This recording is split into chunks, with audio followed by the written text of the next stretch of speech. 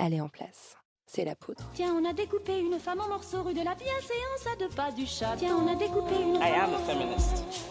Je vous obsède avec une constance. Je ne me suis pas conduite d'une façon conforme à ce qu'on attend d'une jeune fille d'abord et d'une femme ensuite. I'm sorry that I didn't become the world's first black classic pianist. C'est enfermant pour tout le monde. Le droit de se regarder en face, le droit de se ramasser la Je crois gueule. qu'une femme qui existe dans son temps, à l'intérieur de son temps, n'a pas de quoi qu'elle marque Bienvenue son époque. Entre subjectivité et révolution. la Boum. poudre. Je suis Lorraine Bastide et aujourd'hui, je reçois Maïmouna Doucouré. Je me souviens que quand je l'avais créé sur Maman, les gens me disaient « Mais tu veux pas quand même filmer le visage de la mère? On sait jamais si tu changes d'avis au montage. » Et j'ai dit « Non, je ne changerai pas d'avis au montage. » Parce que moi, j'adore les challenges et je me suis dit « Je vais devoir, moi, en tant que réalisatrice, trouver la solution pour créer l'émotion juste avec des pieds. »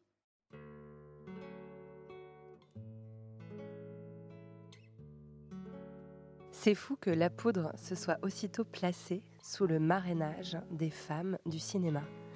Parmi mes toutes premières invitées, celles qui ont échangé avec moi dès 2016, avant même que le podcast soit en ligne, il y avait les réalisatrices Rebecca Zlotowski et Ouda Benyamina. 2 femmes qui m'impressionnaient par leur capacité à se créer un nom aux côtés de tant d'hommes. C'est fou parce que c'est par le cinéma que la révolution féministe que nous vivons aujourd'hui s'est déclenchée. En 2017, les femmes d'Hollywood ont dénoncé haut et fort le sexisme de leur industrie. Et depuis, l'histoire du féminisme est jalonnée de prises de parole par des femmes du cinéma qui constituent de grands tournants. On est une famille, on se dit tout, non ? Comme un bilan, le livre La Poudre, tome 2, Féminisme et cinéma, rassemble les voix engagées du cinéma qui sont passées à mon micro ces 4 dernières saisons. Aïssa Maïga, Iris Bray, Alice Diop, Julie Gaillet, Fanny Herrero, Céline Salette, Déborah Lucumwena et les autres, toutes ont fait bouger les lignes, pas seulement dans leur milieu, mais dans la société tout entière. Cet ouvrage dont je suis super fière sera en librairie le 19 mai, mais il est déjà disponible en précommande. Et pour en marquer la sortie, j'ai voulu inviter dans la poudre l'une des réalisatrices les plus talentueuses du moment. Une femme qui reprend le flambeau de ses combats contre le sexisme et le racisme au cinéma. Une femme qui raconte des histoires et crée des images qui changent le monde. Avec Maïmouna Doucouré, on a parlé de Maman, de Mignonne et de Netflix.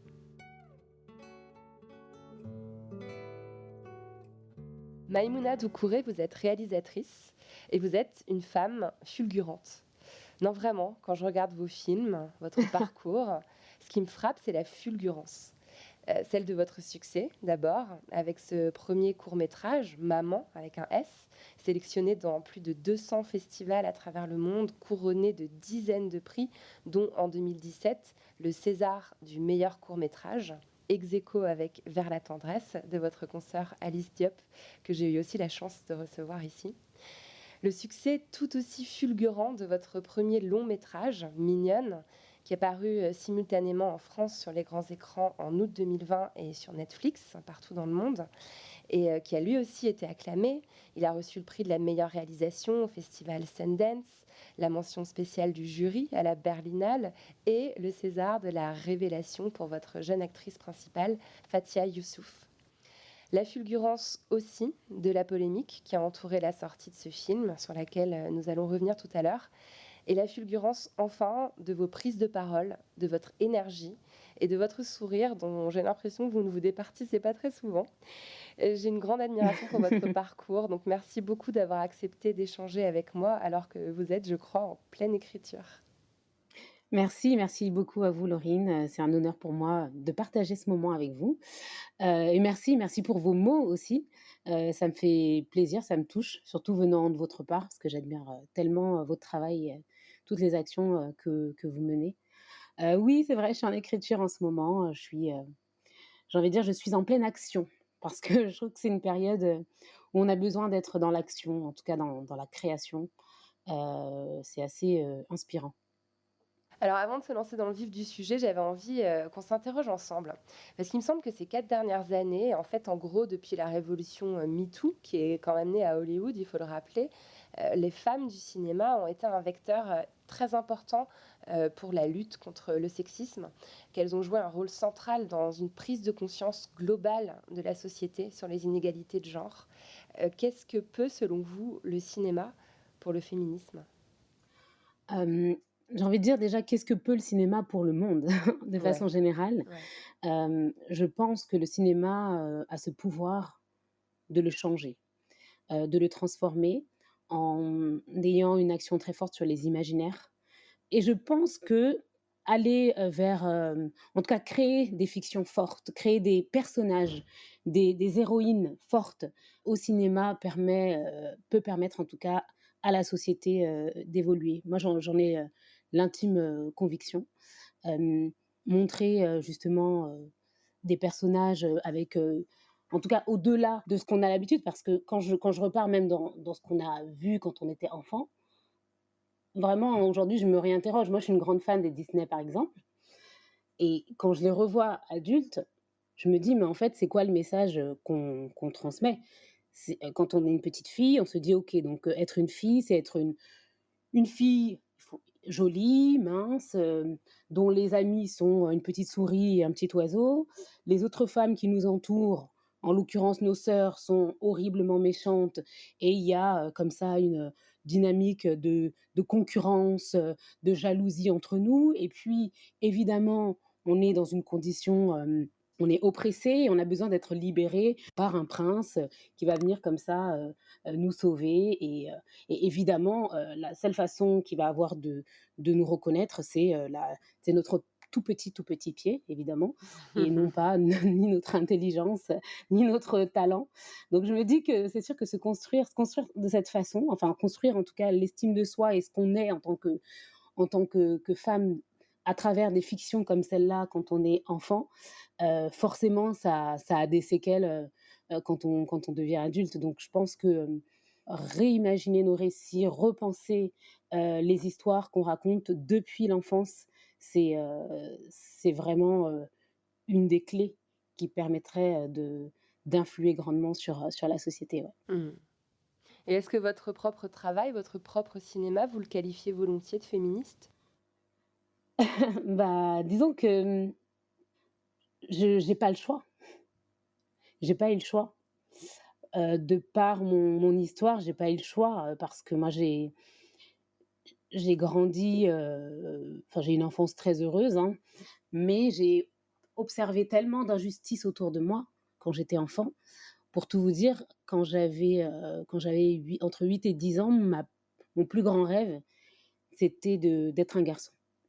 Donc je croyais en Dieu, parce que j'avais une éducation religieuse, donc je priais pour que Dieu me réveille en garçon. Parce que très tôt, j'avais, cette conscience du fait que, être une fille, la vie en tant que fille serait beaucoup plus difficile et bon, Dieu ne m'a pas donné de zizi, n'est-ce pas?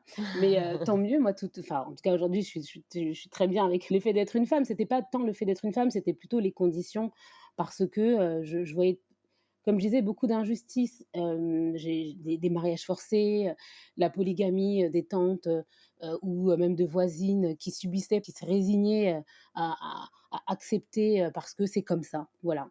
C'est comme ça. Il y a un mot, qui est utilisé dans ma langue et aussi dans ma langue, parce que moi je suis d'origine sénégalaise et je parle le soninké et qui est utilisé dans d'autres langues, d'Afrique de l'Ouest, en tout cas qui ressemblent beaucoup, c'est le mot «mouni» et ce mot-là, ce mot «mouni», ça veut dire supporter, encaisser malgré tout et j'ai l'impression qu'il a été créé de toutes pièces pour les femmes. Ouais. Clairement, à chaque fois qu'on parlait de femmes, de féminité, j'entendais toujours le mot «mouni» venir se raccrocher à la femme.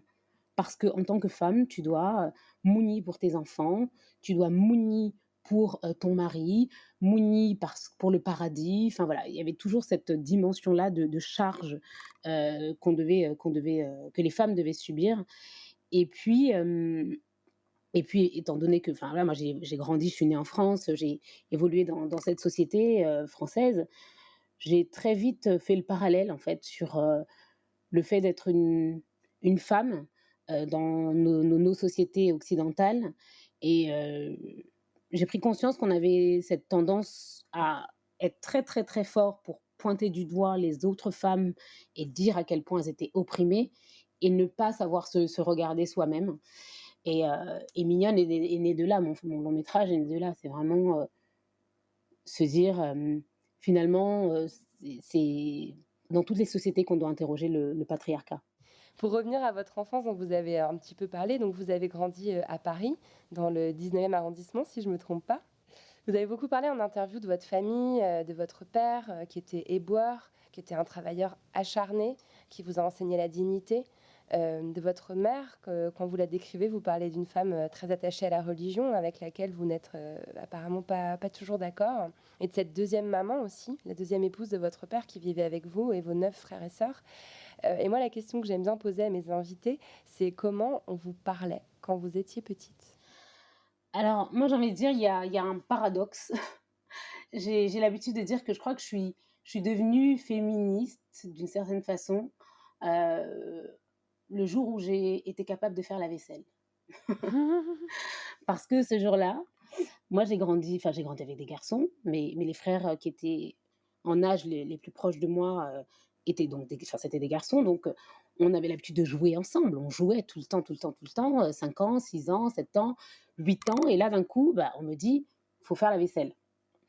Ok, je fais la vaisselle, sauf que le problème, c'est que j'étais la seule à faire la vaisselle.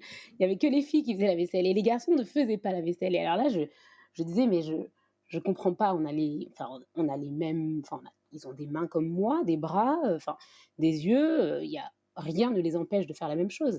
Et on me disait, mais c'est comme ça, parce que tu es une fille, donc tu dois faire la vaisselle. Et donc, il y avait cette dimension-là, moi, qui m'avait révoltée à l'époque. Enfin, ça m'empêchait pas de faire la vaisselle, je la faisais quand même.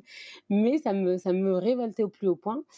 Je réalise à quel point c'est culturel, et puis c'était comme ça partout, au final. Exactement, exactement. J'ai même observé j'étais chez des copines qui étaient pourtant blanches, où c'était le cas également. C'était elles qui faisaient le ménage et leurs frères continuaient à jouer sur la PlayStation, quoi. Enfin, à l'époque, je crois que c'était la Nintendo. Mais encore une fois, il y a cette,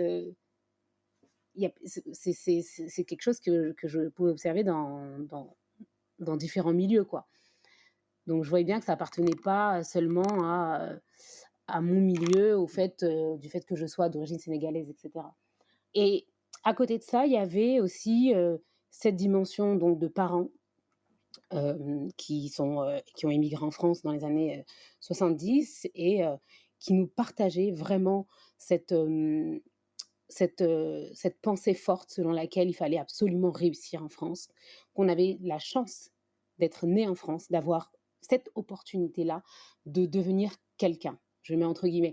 Et mon père était très, très attaché aux études. Lui qui n'avait pas fait d'études, qui avait appris à lire par la force des choses, hein, il n'avait même pas pris de cours du soir, mais il était vraiment à cheval sur l'école. Il fallait absolument qu'on ait des bonnes notes, il fallait qu'on réussisse. Et ça, pour le coup, je peux dire qu'il n'y avait pas vraiment de différence. Qu'on soit une fille ou un garçon, le fait d'avoir un métier, d'avoir un bon salaire, c'est quelque chose qui nous a toujours été insufflé depuis qu'on est tout petit. Mmh. Il y a dans vos 2 films, dans Maman et dans Mignonne, une scène récurrente, celle où la petite fille se tapit sous le lit parental et épie une conversation entre ses parents. Alors dans Maman, c'est une conversation qui a lieu en vrai, et dans Mignonne, sa maman est au téléphone. Et je trouve que cette scène, elle est vraiment universelle. Je pense qu'on a tous et toutes été cette petite fille-là. Est-ce que cette scène, elle raconte quelque chose de votre enfance? Cette scène, c'est vrai que j'ai décidé de la raconter de nouveau, de façon différente, en tout cas dans Mignonne. Cette scène, pour moi, raconte, l'universalité de l'enfance, parce que je raconte un film, que ce soit dans Mignonne ou dans Maman, heu, qui parle de personnages noirs, de personnages, d'origine sénégalaise, avec des réalités qui pourraient paraître, en tout cas qui sont différentes, peut-être de la vôtre ou d'autres personnes. Et c'est vrai qu'en voyageant avec mes films, j'ai rencontré tellement de personnes qui me disaient: «Mais moi, je suis un homme, je suis d'origine canadienne, je suis d'origine asiatique, peu importe, et je me reconnais, j'arrive totalement à m'identifier à cette petite fille, notamment quand elle est cachée sous le lit. C'est la scène, enfin, c'est l'une des scènes qui marque, qui a beaucoup marqué les gens. Pour moi, c'est cette scène. Bon, vous allez rire parce qu'évidemment, en tant que réalisatrice, moi, je vois plein de choses que vous n'avez, enfin, que peut-être vous ne voyez pas, ou vous allez voir d'autres choses. C'est ça qui est magnifique quand on crée, c'est qu'après, chacun se l'approprie et y met une vision. Donc, mais pour moi, cette scène, c'est vraiment, d'une certaine façon, cet enfant qui est comme dans un cocon, et ce cocon représente presque un cocon maternel.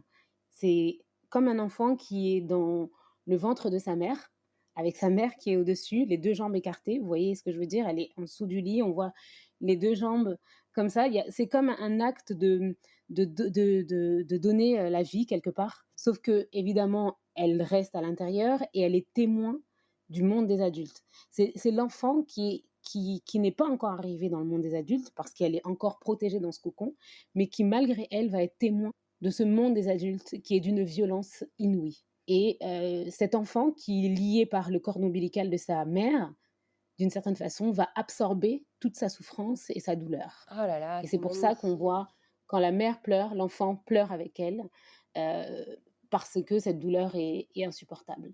Et quand elle va sortir dans le monde des adultes, sortir du lit, de dessous du lit, elle va décider de prendre la douleur de sa mère et d'agir à sa place, parce que sa mère ne le fait pas et se résigne. C'est comme ça que j'ai écrit cette séquence. Et c'était important pour moi qu'on ne voit que les pieds de la mère, parce qu'à ce moment-là, le personnage ne voit que ses pieds. Et comme j'ai construit mes films, enfin en tout cas Maman est mignonne, avec ce point de vue unique de ce personnage, pour qu'on soit avec elle en fait à 100%, et qu'on vive ce qu'elle vit, qu'on voit ce qu'elle voit, qu'on ressent ce qu'elle ressent, qu'on ait notre cœur qui bat avec elle.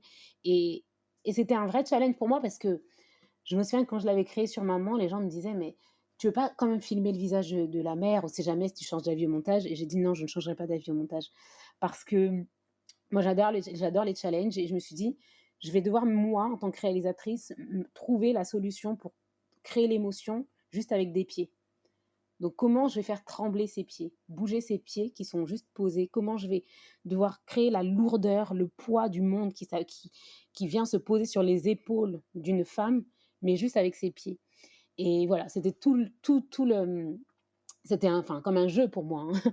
Mais tout le challenge que j'avais dans la création de cette séquence. Waouh, c'est magnifique, hein. Cette idée de la naissance, en fait, comme si le fait de prendre conscience de la tristesse de sa mère, c'était comme son passage, en fait, vers le monde des adultes. Je pense que je l'avais perçu inconsciemment et je l'avais pas réalisé que c'était une naissance à laquelle Oui, j'assistais. c'est ça qui est C'est beau, je pense, c'est de magnifique. jouer avec l'inconscient enfin moi j'aime beaucoup ça, jouer avec l'inconscient du spectateur, sans rien expliquer évidemment, mais j'aime bien je sais plus où j'ai entendu ça, mais j'avais trouvé ça super beau. Je trouve que en tant que réalisateur, ce qui est magique, c'est quand on arrive à filmer l'invisible. Et ce sont des choses qui ne se voient pas, mais qui se ressentent. Et en tout cas, c'est ce que j'ai essayé de faire. Ce que ça raconte aussi, Mignonne, et vous venez vraiment de très bien l'expliquer, c'est aussi le passage de l'enfance à l'adolescence, la prise de conscience, en fait, du poids que représente le monde des adultes sur les épaules d'une enfant ou de quelqu'un qui sort tout juste de l'enfance. Et moi, je voulais savoir quel genre d'adolescente vous étiez. J'ai entendu que vous étiez très éprise de justice, un peu rebelle. Oui.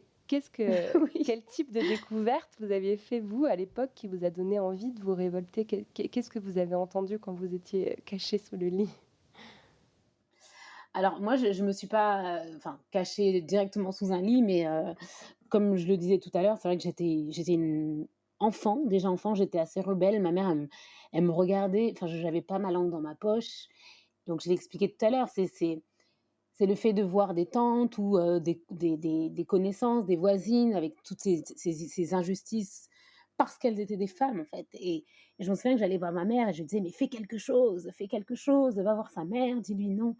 Et il me disait: mais arrête, ça ne nous regarde pas, arrête de croire que tu vas pouvoir changer le monde. Et en fait, je crois que j'ai grandi avec cette colère en moi parce que quand j'étais enfant, bah, j'étais complètement, enfin, j'étais impuissante. Du haut de tes 8, 9 ans, arrête de croire que tu vas pouvoir, changer le monde, quoi.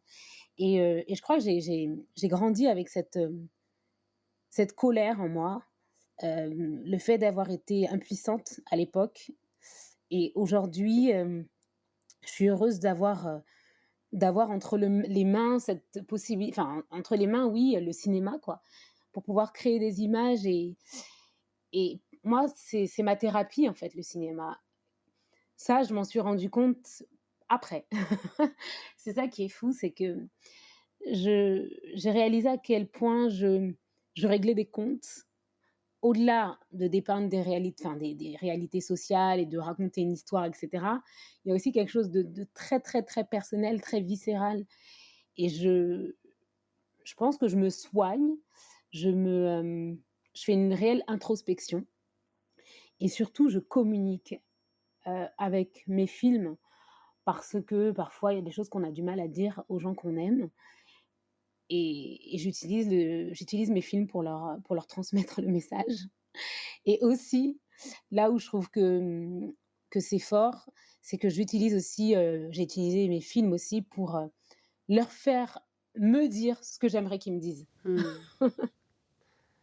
Waouh, c'est magnifique, c'est courageux. C'est pas la façon la plus simple de communiquer, de réaliser un long métrage et pourtant, ça marche, quoi. Je pars du principe que à chaque fois qu'il nous arrive quelque chose dans la vie, que ce soit, quelque chose de bien ou quelque chose de très difficile, on peut pas enfin, on peut soit le garder et se dire: «Voilà, il m'est arrivé cette horreur et puis, soit je me morfonds, soit je pleure ou soit c'est difficile et ça va me suivre toute ma vie» ou soit on en fait quelque chose et c'est ce que j'essaye de faire, c'est je me dis: «Je veux pas que ça me soit arrivé en vain, je veux l'utiliser, le transformer et je veux pouvoir le transformer en beau, le transformer avec une histoire, le transformer avec un récit pour, toucher d'autres personnes encore et pourquoi pas, les transformer ou en tout cas leur donner envie de transformer».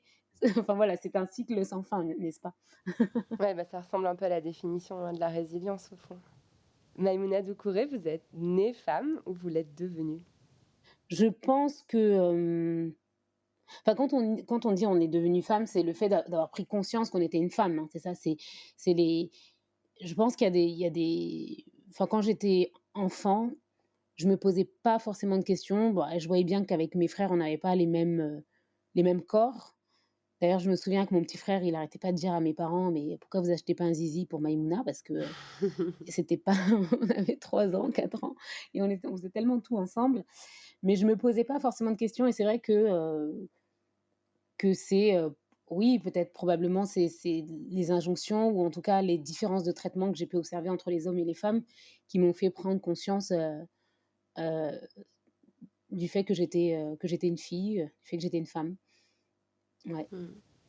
Alors moi, ce qui m'intrigue, c'est que vous avez fait d'abord, avant de faire votre carrière dans le cinéma, une licence en biologie.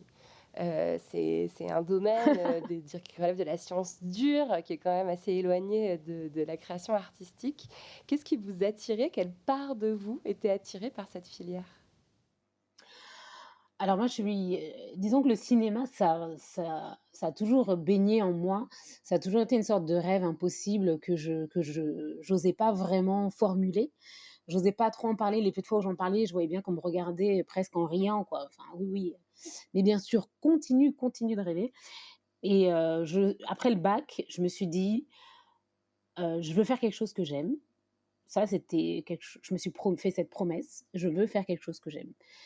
Je veux, voilà, je veux être contente de me lever le matin, pour aller travailler et cetera et c'est vrai que je savais pas vraiment quoi faire et j'ai choisi la matière que l'une des matières qui me plaisait le plus, c'était la bio. Moi, j'avais passé un bac S et j'aimais beaucoup la bio et ça me fascinait. Ça me fascinait de comprendre, en fait, de comprendre la vie, en fait, de comprendre la tout ce mécanisme physiologique, de comprendre ne serait-ce que le corps humain, mais aussi, toutes les vies qui l'entourent et de comprendre à quel point finalement, même si on tient une place centrale, enfin en tout cas on pense tenir une place centrale, finalement, on fait partie d'un tout. Tout ça, ça m'intéressait. Mais en même temps, franchement, j'étais pas une élève studieuse parce que j'étais perdue, quoi. J'étais à la fac et puis j'ai passé mon temps à arrêter, reprendre, parce que j'avais toujours cette petite voix dans ma tête qui me disait: «Le cinéma, les histoires, c'est vers ça que tu as envie d'aller, quoi». Et puis, j'ai passé quand même une licence parce que je pense que finalement, tout ce que j'ai entendu, enfin mes parents qui me disaient: «Il faut quand même que tu arrives à avoir, un diplôme, que tu fasses des études», je réalisais que j'avais cette chance, en tout cas cette opportunité, donc j'ai eu une licence et puis après un jour, j'ai dit: «Allez stop, j'arrête pour de bon et je veux plus me laisser le choix, je veux, vraiment, aller vers ce qui m'anime le plus au monde», et c'est comme ça que je me suis lancée. Enfin, c'était pas si simple, mais Ouais, bon.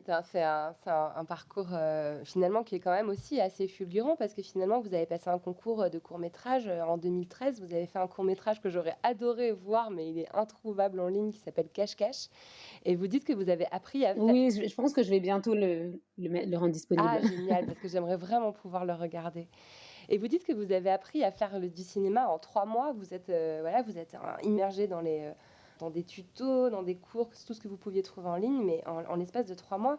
Et je vous ai entendu dire que cet apprentissage accéléré avait Oui, été, parce que une oui, chance pardon. pour vous. Pourquoi c'était une chance d'avoir appris si vite? Bah, déjà, c'est vrai que moi, au début, j'écrivais des histoires, mais j'ai ouvert la porte de l'acting dans un premier temps.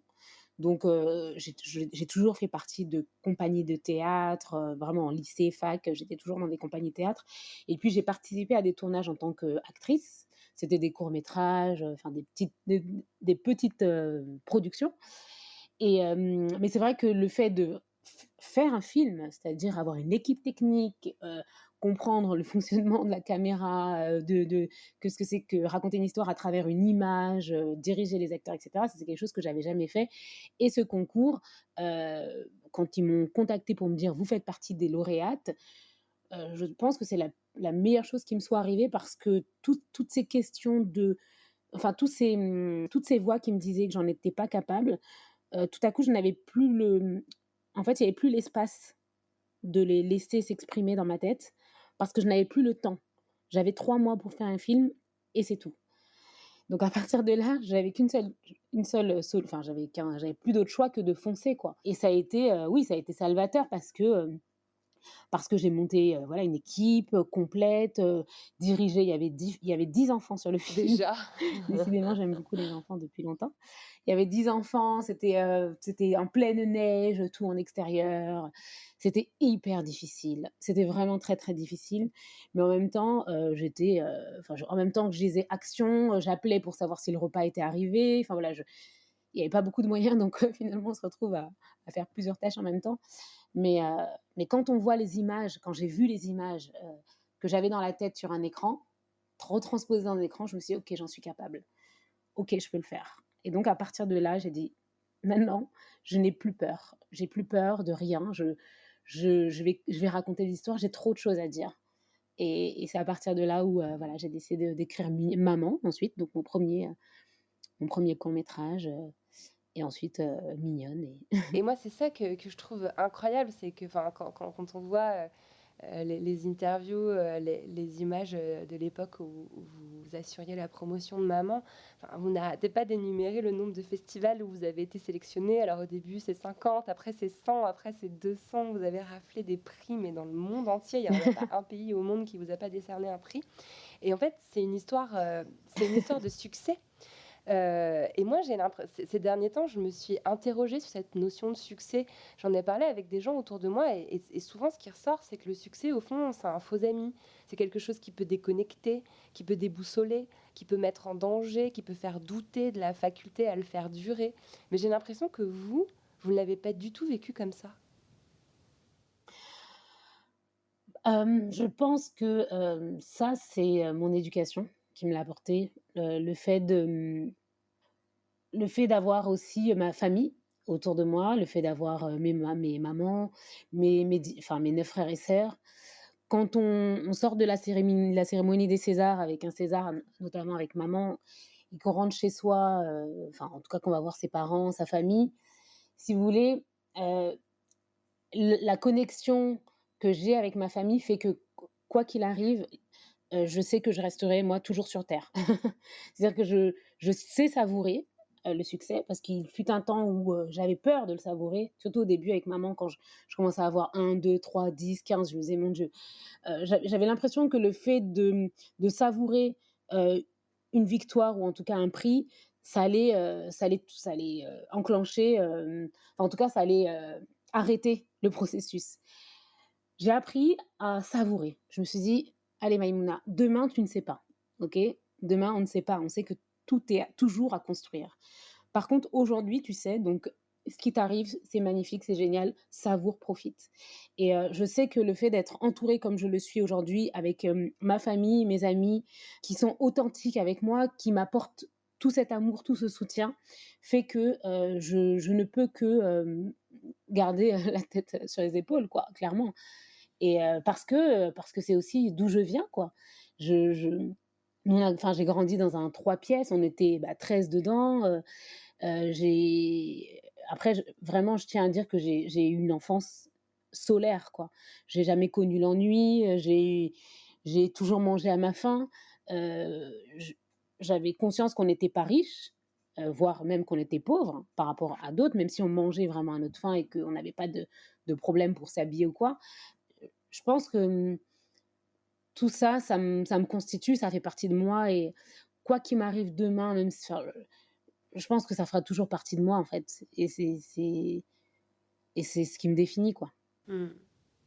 Dans votre discours au César, lorsque vous avez reçu le prix du meilleur court-métrage, vous avez dit cette phrase très belle qui vous a d'ailleurs par la suite inspiré un documentaire hein, pour Canal+. Vous avez dit: «Ma mère disait que le cinéma, ça n'était pas pour nous». Et en fait, vous venez un petit peu de répondre, quoi. Est-ce que c'est pour donner tort à cette phrase que vous essayez sans cesse de prouver, de prouver que c'est l'inverse, quoi? Bah, déjà, quand ma mère me l'a dit, je l'ai cru. Non pas parce que je me suis dit que ma mère avait la science infuse, mais parce que, en allumant la télévision, tout lui donnait raison. Tout lui donnait raison. C'est-à-dire que j'avais cette sensation de regarder parce que pour moi la télévision, c'est une sorte de miroir de la société. Sauf que je me regardais dans un miroir sans jamais, vraiment voir mon reflet et je trouve que pour se construire ou en tout cas avoir des aspirations, quand on est enfant, c'est extrêmement difficile et et le message qui est renvoyé, c'est est extrêmement violent aussi parce que c'est dire qu'on n'existe pas quelque part. Pour moi, ne pas se voir dans la fiction, c'est en tout cas recevoir ce message sur lequel on n'existe pas dans la société ou en tout cas on ne compte pas et c'est pour ça que j'ai dit cette phrase à ce moment-là parce que quand j'ai eu le César, il y avait je parlais à ma mère, mais en fait, je parlais pas qu'à ma mère, je parlais à la société entière, je parlais au cinéma pour lui dire, «Il faut qu'on avance, ça avance encore trop doucement» et heu et ces récits-là qu'on est en train de créer sont extrêmement importants parce qu'ils vont susciter des vocations, ils vont, élargir le champ des possibles pour des millions d'enfants et qui pourront devenir et surtout n'avoir aucune limite sur ce qu'ils veulent être plus tard et ce message, il s'adressait à tous, en fait. Et d'ailleurs, dans ce discours, je trouve qu'il y a déjà aussi en filigrane tout ce qu'on retrouve dans le fameux discours d'Aïssa Maïga qu'elle a prononcé il y a un peu plus d'un an maintenant au César en 2020, quand elle a commencé avec cette phrase dès que j'arrive dans une salle de cinéma, enfin où on parle de cinéma, la première chose que je fais, c'est je compte les noirs. Et elle a glacé la salle avec ces mots. Pourtant, c'est exactement, enfin, c'est la même pensée, quoi. C'est-à-dire qu'il y a une espèce d'idée que finalement les personnes noires dans le monde du cinéma sont des exceptions, sont des raretés. Et ça m'a donné envie de remonter un peu le temps et de regarder la cérémonie de 2017, qui était une cérémonie où en fait on avait couronné votre film, on avait couronné Alice Diop. C'était aussi l'année de Divine, avec Ouda Benyamina et ces Oui, comédiennes qui avaient été c'était récompensées. magique. C'était vraiment une année hyper forte en termes de présence des femmes et puis en termes de présence, entre guillemets, de diversité. Et là, en 2020, on a la cérémonie du couronnement de Roman Polanski. Est-ce que vous avez l'impression qu'on est reparti en arrière? Est-ce que 2017, c'était une espèce d'anomalie, un soubresaut? Est-ce qu'on est en train de vivre un backlash parce que justement les choses étaient en train de s'accélérer? Comment vous percevez les choses aujourd'hui? Moi, je crois que le plus bel exemple enfin le plus bel exemple, je ne sais pas si on peut dire plus bel exemple, mais en tout cas l'exemple qu'on peut donner pour comprendre que rien n'est jamais acquis et que le combat doit être perpétuel, c'est quand on a eu un président qui s'appelle Barack Obama et que la fois d'après, on a Donald Ouais, Trump. Je pense qu'à partir ouais. de là, on peut se dire que jamais, jamais on doit se dire c'est bon, on y est arrivé. Non, nous n'y sommes pas arrivés et je pense qu'on devra toujours, toujours se battre. Euh, 2017, c'était une année évidemment incroyable. Maintenant, il ne suffit pas que tous les 3-4 ans, il y ait un noir, une noire, une personne d'origine maghrébine qui gagne un César pour dire qu'on y est arrivé. C'est l'arbre qui cache la forêt. C'est se dire qu'il y a des talents, mais il y en a pléthore qui existent à tous les étages, en fait, toutes les sphères et comment en fait les mettre en avant. Parce que finalement, quand on arrive à la cérémonie des Césars, c'est la fin. On est à la fin du circuit. Donc j'ai envie de dire, c'est trop tard. La question, il faut se la poser au tout début. Au tout début du début du début. C'est-à-dire, faut la poser au niveau des responsables de chaîne. La question de l'inclusion, c'est au niveau des responsables de chaîne, ceux qui décident, les boîtes de distribution, les boîtes de production, les commissions, les commissions d'aide à l'écriture, parce qu'en France, les films se financent à partir de l'écriture. Donc, c'est là aussi que les projets naissent.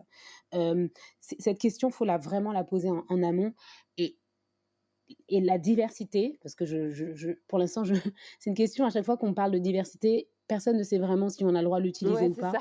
Mais à défaut d'avoir d'autres mots, non, mais moi, à chaque fois, j'en parle je dis, écoutez, je ne sais pas quel autre mot utiliser. Donc, pour l'instant, j'utilise celui-là jusqu'à qu'on n'en ait plus besoin, n'est-ce pas? Exactement. C'est ça. Bon, on va dire l'inclusion, parce que l'inclusion, je crois que c'est celui-là, on a le droit. Pour dire que, parce que les mots ont aussi une importance, c'est pour ça que je dis ça, les mots sont vraiment importants. Et quels sont les bons mots à utiliser, ça, c'est des interrogations aussi que j'ai de façon perpétuelle et avec des spécialistes qui réfléchissent sur toutes ces questions. Mais pour dire que cette inclusion est essentielle à tous les niveaux pour qu'ensuite on puisse avoir une résultante significative lorsqu'on arrive le soir de la cérémonie des Césars, quoi. Et encore une fois, là, ce qu'on demande, c'est juste que la fiction soit représentative de la réalité. On n'est pas en train de demander quelque chose d'impossible, c'est juste être à l'image de la société en termes de représentation. Et voilà, moi, j'ai longtemps vécu comme une sorte d'injustice. Après, je suis optimiste. Je vois que ça évolue dans le bon sens. Et comme j'ai dit tout à l'heure, on n'y est pas arrivé. Il y a encore du chemin. Il faut rester vigilant, voilà, et continuer à se battre, raconter des histoires et continuer à exister, quoi. Et pourtant, c'est pas facile parce que quand on arrive aussi, comme vous, à un gros niveau de visibilité, à un gros niveau de notoriété, ce qui menace, c'est un autre type de backlash comme celui que vous avez vécu avec la sortie de Mignonne sur Netflix. Alors, je vais faire un espèce de résumé ultra rapide. J'espère qu'il vous conviendra. N'hésitez pas à reprendre si besoin. Mais voilà, en gros, Netflix a utilisé comme visuel pour le film un visuel qui n'était pas du tout l'affiche que vous aviez choisie, où on mettait bien en avant la jeunesse, l'adolescence, l'insouciance des actrices principales du film. Alors que sur le visuel de Netflix, c'était une scène tirée des chorégraphies très lascives qu'elles font et qui sont justement questionnées questionné dans tout le film.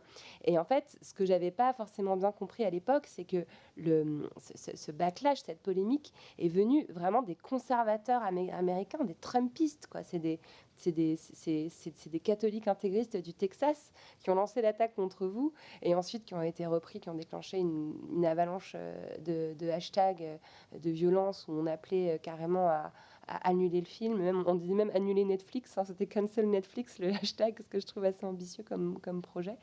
Enfin, tout ça pour dire que la polémique est arrivée finalement sur cette histoire de sexualisation des adolescentes, alors que le propos de votre film est précisément de la dénoncer, de la questionner. Comment vous l'avez vécu, vous, cet épisode-là? Est-ce que vous vous êtes dit c'est la rançon de la visibilité? Est-ce que vous avez eu un sentiment d'injustice? Alors, je me souviens que c'était exactement le jour de la sortie du film en France. Je rentre chez moi le soir parce qu'on a présenté le film dans quelques salles le jour de la sortie. Donc, on a fêté ça en petit comité avec quelques actrices. Et le soir, donc, j'ai mes petites actrices qui m'appellent parce qu'on a un groupe sur WhatsApp. Donc, elles me disent Maïmouna, on est dans la sauce. Ils nous mettent dans la sauce sur Twitter. Donc, du coup, je suis dans la sauce. De quoi vous parlez? Et sur le coup, je leur dis non, mais les filles, vous ne prenez pas la tête. Vous savez, sur Internet, il y a toujours des gens qui parlent. Ne vous embêtez pas avec ça. Sauf que moi, j'avais Twitter. J'y vais jamais, hein, mais j'avais quand même Twitter. Et je vais sur mon Twitter, sauf que là, je vois que je suis inondée. Mais quand je vous dis inondée, je ne pourrais même pas expliquer. Ça se chiffre en millions. Donc, au bout d'un moment, c'était arrivé à saturation, quoi. Donc, premier réflexe, je comprends pas, quoi. Je me dis, qu'est-ce qui se passe? J'appelle mon agent aux États-Unis. Je dis, je crois qu'il y a un problème chez vous. Qu'est-ce qui se passe? Et donc là, elle fait son enquête et elle me dit, oui, c'est à cause de l'affiche. Je dis, mais de quelle affiche tu parles? Enfin, je comprends pas, l'affiche. Elle a quoi, l'affiche? Et là, elle me dit, ma Netflix a utilisé une affiche qui n'est pas la même. Je dis, ah bon? Enfin, bref. Et donc là, elle me montre l'affiche. Là, bon, je comprends et je dis, et donc là, ça a été, oui, ça a été vraiment très, très violent parce que les personnes qui résumaient le film sur les réseaux sociaux, notamment sur Twitter, hein, ils expliquaient que Cuties était l'histoire d'une fille noire, oppressée à cause de la religion musulmane, qui, allait être libérée par une fille blanche aux cheveux longs grâce au twerk. Voilà, donc c'était le résumé, de mon film, sur internet. Et puis, surtout, le fait que, le film était, l'apologie de l'hypersexualisation, que moi, en tant que réalisatrice, je trouvais ça génial, enfin bref. Et c'était fou parce que premièrement, les gens n'avaient pas vu le film, donc ils se basaient sur une affiche et des résumés du coup, quand on voit que, sur internet, je crois que c'est un documentaire d'ailleurs qui est sur Netflix, qui est je sais pas si vous avez l'occasion de le voir, qui s'appelle, «Derrière nos écrans de fumée», Social Dilemma. Mais vraiment, c'est essentiel de voir ce documentaire pour comprendre à quel point on peut être nous-mêmes lobotomisés, enfin en tout cas manipulés.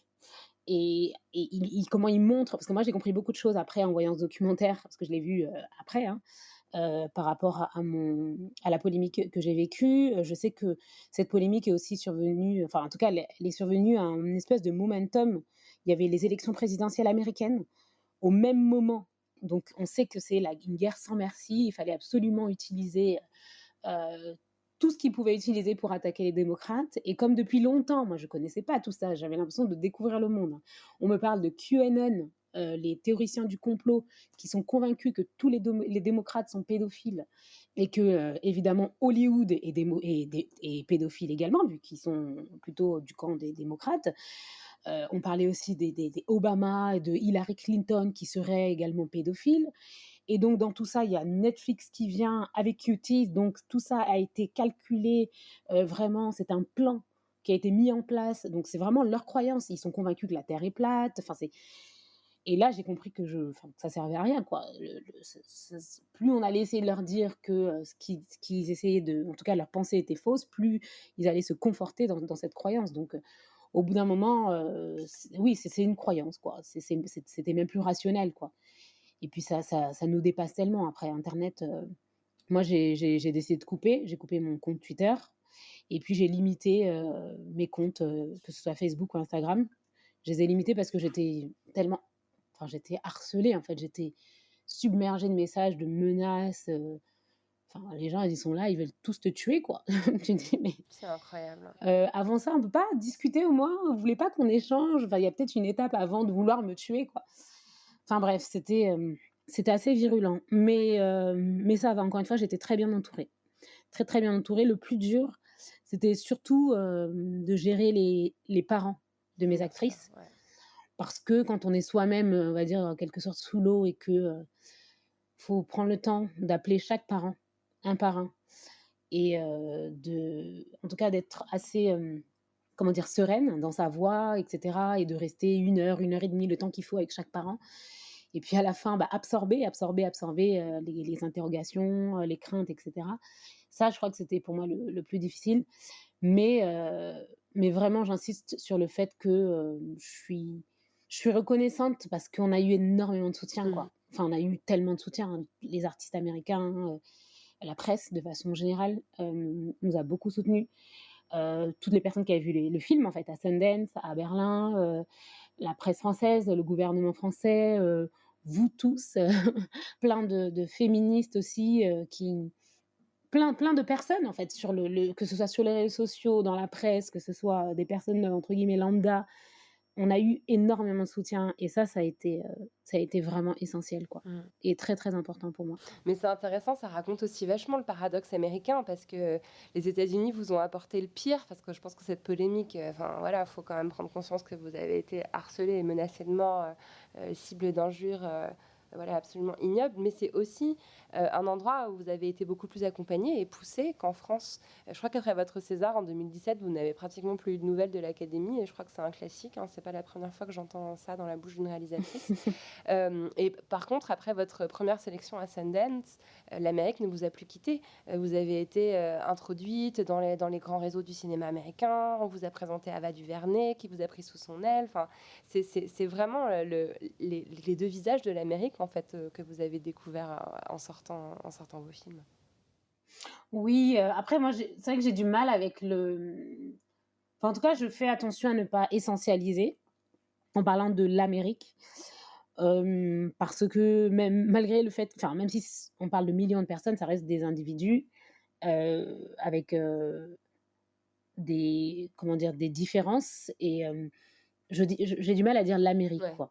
Je dis plutôt oui, il est vrai que, les festivals américains auxquels j'ai participé, en tout cas, il y a une certaine culture de l'accompagnement des talents qui existe, aux États-Unis et ça, j'ai eu, la chance d'avoir pu en bénéficier, que ce soit avec le festival de Sundance, que ce soit parce que le festival Sundance, je rappelle que avec mon court-métrage j'avais, oui, remporté le prix international, donc avec Maman et avec Mignonne, on a remporté le prix de la mise en scène, voilà, de la meilleure réalisation et ou l'Académie des Oscars.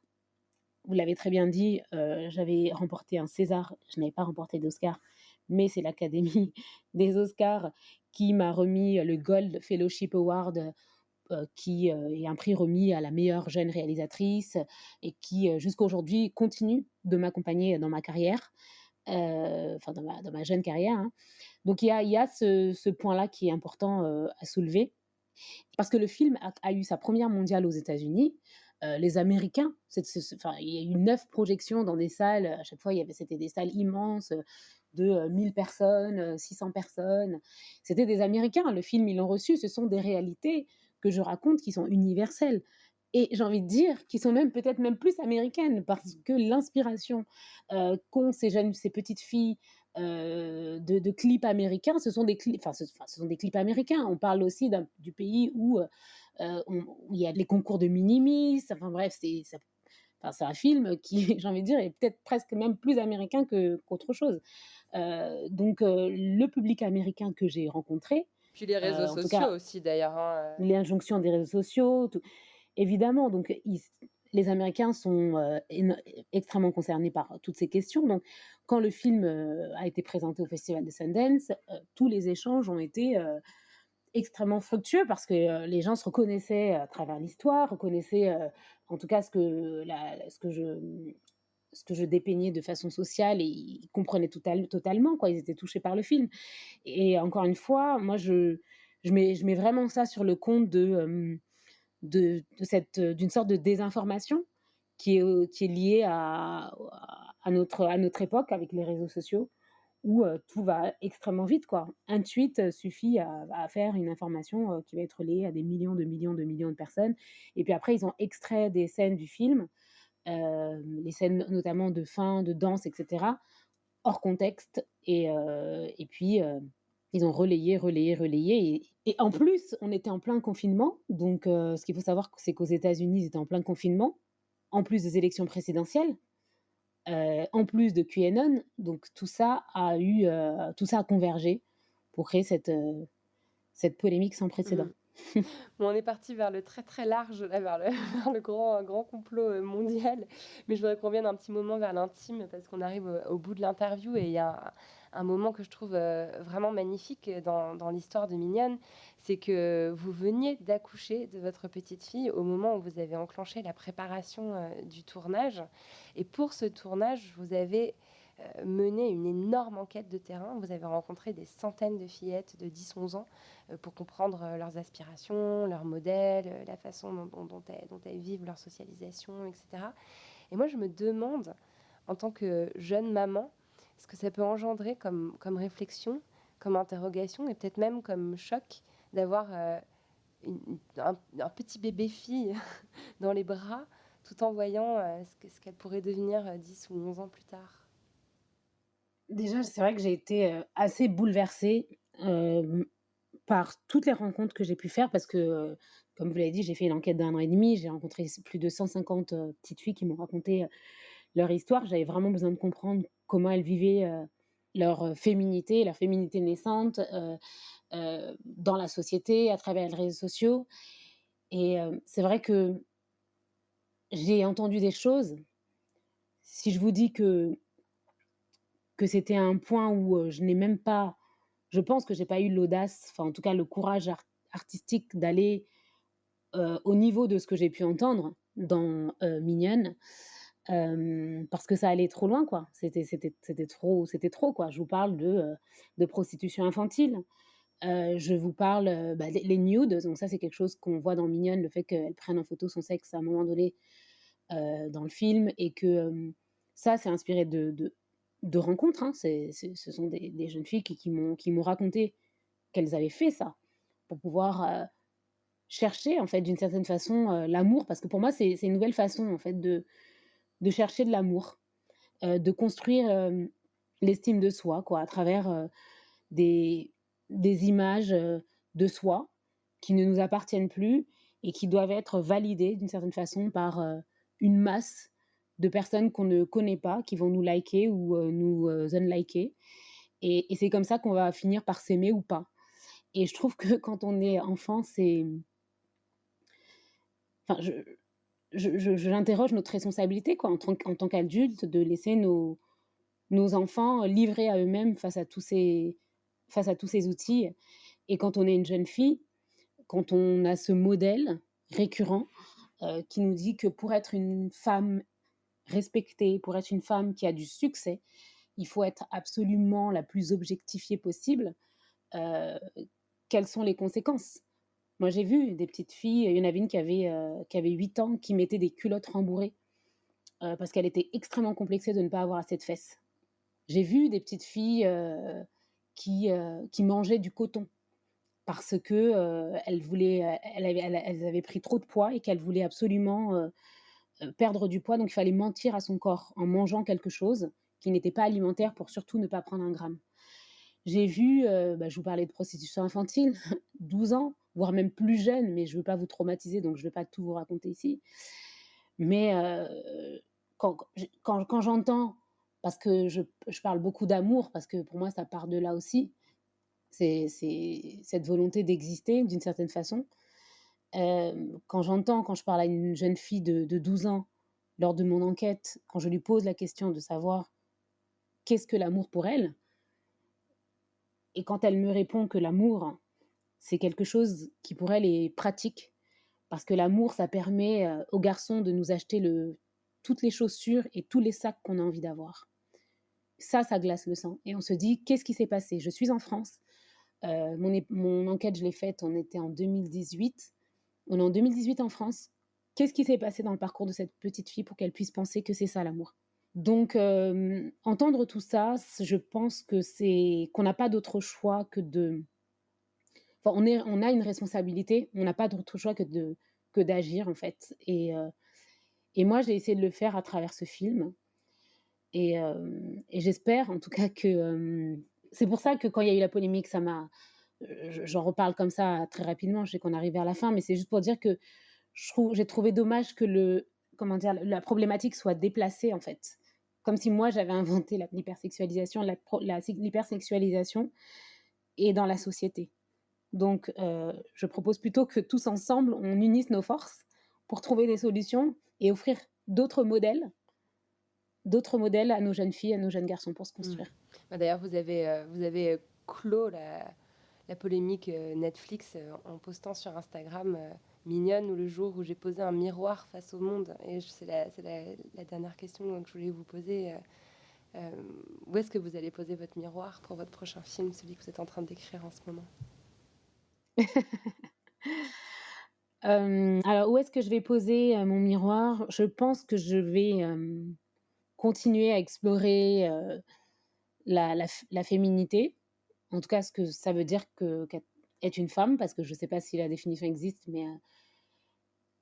mais ce sont des questions qui m'animent, qui m'habitent.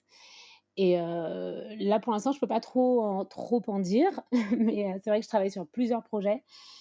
Et j'aime cette idée tout à l'heure, on parlait de changer le monde, j'aime cette idée d'être comme des espèces de magiciens, en fait. Pour moi, les artistes, on est des magiciens, parce qu'on peut agir sur la vie des gens, on peut agir sur l'esprit des gens, on peut agir sur notre société, sur notre monde. Et donc, je continue avec ma petite baguette, qui est plutôt mon crayon, et ma caméra, Votre caméra, ouais. pour raconter. Voilà.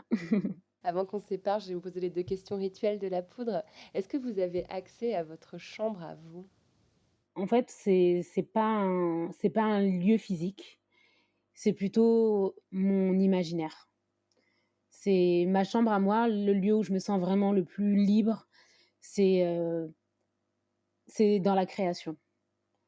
Parce que là, vraiment, il y a rien qui m'arrête, et quand en plus cette création peut être retransposée sur un écran et partagée avec le monde, là, j'ai l'impression de vivre un réel accomplissement.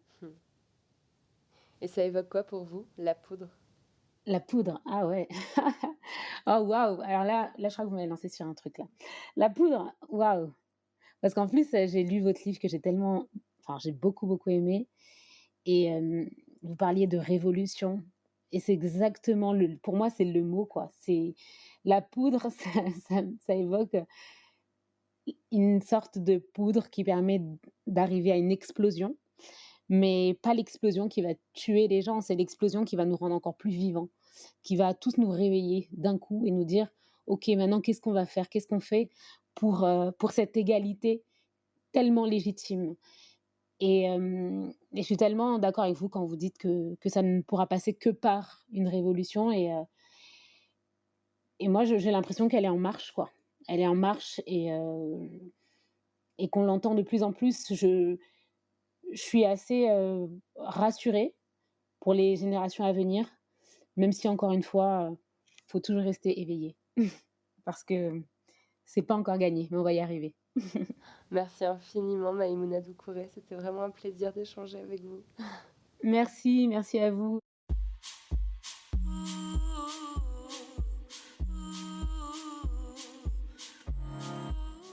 Merci à Maïmouna Doucouré d'être venue faire parler la poudre avec moi. La poudre est un podcast produit par Nouvelles Écoutes.